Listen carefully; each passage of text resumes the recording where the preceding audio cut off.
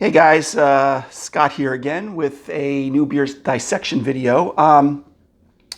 We're gonna do today is my first beer. I believe, well, I shouldn't say my first beer from Maryland. I've done a few others. What we're doing today is Lone Oak Farm Deep Root, which is their milk chocolate porter. Okay, first time I've had a beer from this brewery. A buddy, fellow home brewer, one of my best friends in life, brought this on the weekend from Maryland. They live down there. So it's a deep root milk chocolate porter, 5.8% alcohol, and of course they're serving like many of these breweries in 16-ounce cans. Haven't checked them out too much online. I did just do a quick search. Obviously the base beer is a porter. I won't go into my whole porter history. I have plenty of videos that discuss porter history. You can search them out on my beer styles or my beer dissection videos. One thing I did notice, they do put this beer in a lot of breweries. They call it a chocolate porter. It's not necessarily that they're putting in real chocolate into the beer. Now, sometimes they do. I mean, sometimes they will stick milk or dark chocolate in there. A lot of brewers, especially home brewers, will use cocoa nibs, which is part of the cocoa bean, which eventually is processed into chocolate. The cocoa nibs are not as processed, but when you put the beer on there and let it sit on there, similar to like oak chips, it will take on, impart a lot of chocolate type of flavors, which is usually desirable in a lot of porter style or stout style of beers. So again, they're deep root milk chocolate porter, 5.8% alcohol. I don't have too many more specs on this. I looked at the canning date. It looked reasonably fresh. And they say, we're fathers and brothers, builders and outdoorsmen, sowers and harvesters, we're beekeepers, we are family, yada, yada, yada. Okay? So, and from Olney, Maryland. That's where the brewery is located. All right, so let's open this bad boy here. All right, and again, as usual, I kind of like to pour it into kind of a modified Spiegler glass, or tulip works great. Not, for a porter, any type, even pint, even shaker pints will work, but nonic pints are more ideal, or tulip pints. So I'm going to pour it out now. Okay. Okay. Some of our porters will, usually impart a lot of nutty, toffee, chocolate notes, sometimes even without the use of cocoa nibs. Some of the chocolate malt, and a lot of times they won't use roasted barley, but like one of my other videos I explained, that's not necessarily true all the time. So let's show you this.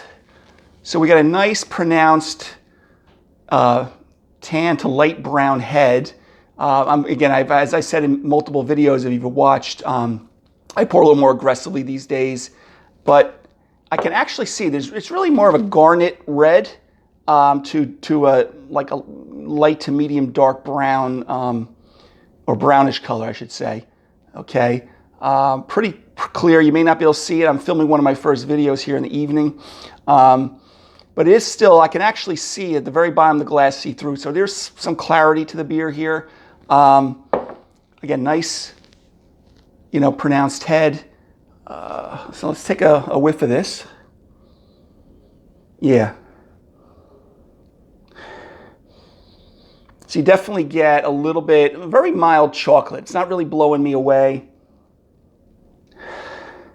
More even toffee notes to it. Nutty, very, very classic for most porters that you get the aroma hops, I should say the aromatics from. Maybe a slightly herbal quality, some of the hops that are being used, but this is not going to be a hop dominant beer by any stretch. But very pleasant. I kind of like this. Okay, I'm expecting now that since the chocolate isn't dominating me on the nose, is that when I take a swig of this, I'm going to get a little bit more of a blast on the taste buds here. Okay, so again, I'm going to show you the clear. So it's kind of, again, it looks a little darker on camera. It is like a dark ruby garnet to a, medium brown, not quite completely jet black here, but it's definitely within the range. Okay, so cheers.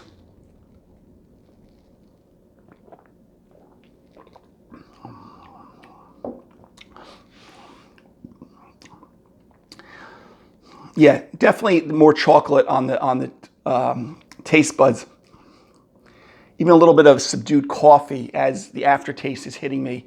What I was about to say is it almost has like that snickerdoodle quality that I've had in coffee before.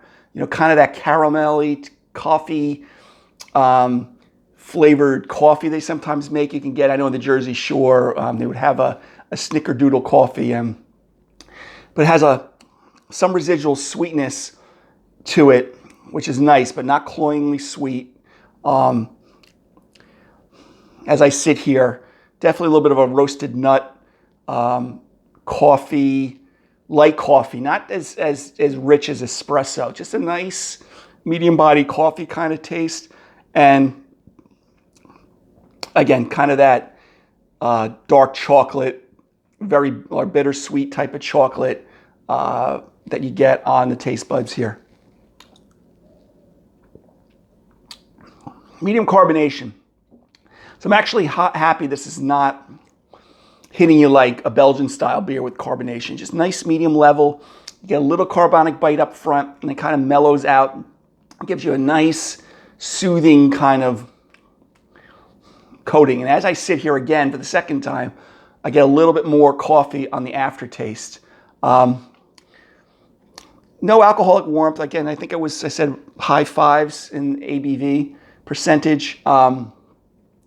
Slight creamy, not as creamy as some of your milk stouts, cream stouts, Irish stouts, but as you get the mouth feel on there.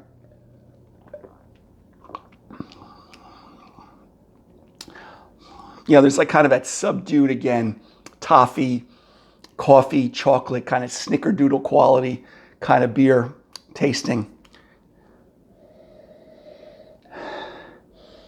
Again, not much in hop character on the palate. But there is some moderate bitterness, which is good.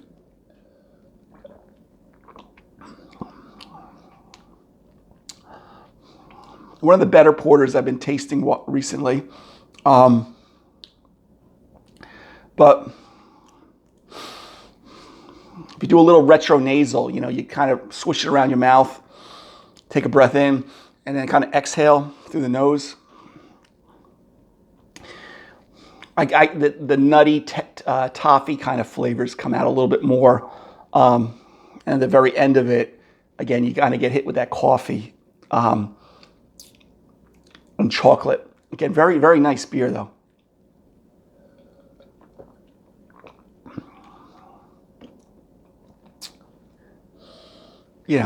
Head didn't persist too much, but one thing I want to mention for those of you who are kind of beer geeks is that a lot of times you don't want to use regular chocolate in beer, and I know this from experience being a home brewer.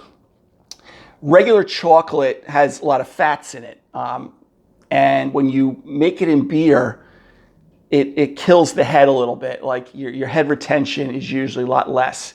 You'll see that sometimes in milk stouts too, but if you use regular chocolate, even in the boil, there's just some fats in there that again impede your head retention. Just something to keep in mind on. That's why a lot of times they will use cocoa nibs, because you'll get that chocolate character without having to actually use chocolate, and it gives a more, like I just explained to you, kind of a bittersweet chocolate versus like a sweetened milk chocolate, coffee flavors that I had, that mild roast to it. I'm sure they're using some chocolate malt and things like that. So again, very nice though. One of the better porters I've had recently. So again, we've got Deep Root Milk Chocolate Porter from Olney, Maryland, if I'm pronouncing that town right. Okay, I'll try to have a picture pop over on my shoulder.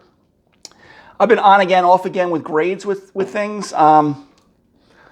This I would give a good A- to.